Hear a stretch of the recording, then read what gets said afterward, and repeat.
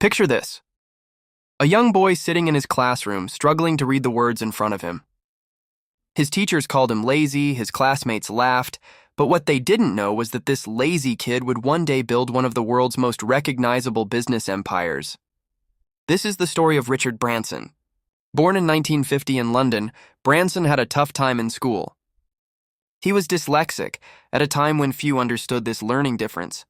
But his mother, Eve, refused to let him feel defeated. She constantly reminded him that his dyslexia was a gift, a different way of seeing the world. And boy, did he see the world differently. At just 16, Branson dropped out of school.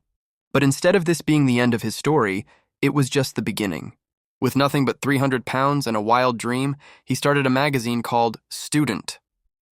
While most teenagers were worrying about dates and homework, Branson was interviewing celebrities and selling advertising space. But here's where it gets interesting.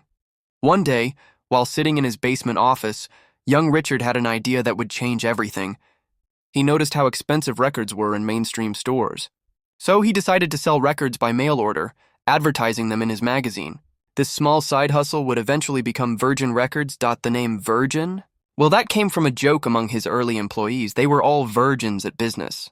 Little did they know this self-deprecating name would become a global phenomenon. As his record business grew, Branson faced countless setbacks. There were times when he was so close to bankruptcy that he could practically taste it. But here's what made him different.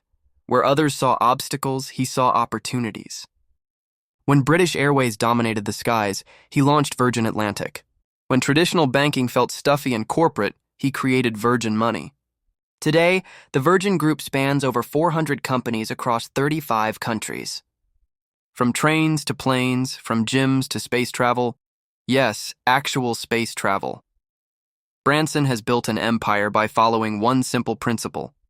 Find what frustrates people and fix it with style. But perhaps the most inspiring part of Branson's story isn't his wealth or success, it's his attitude.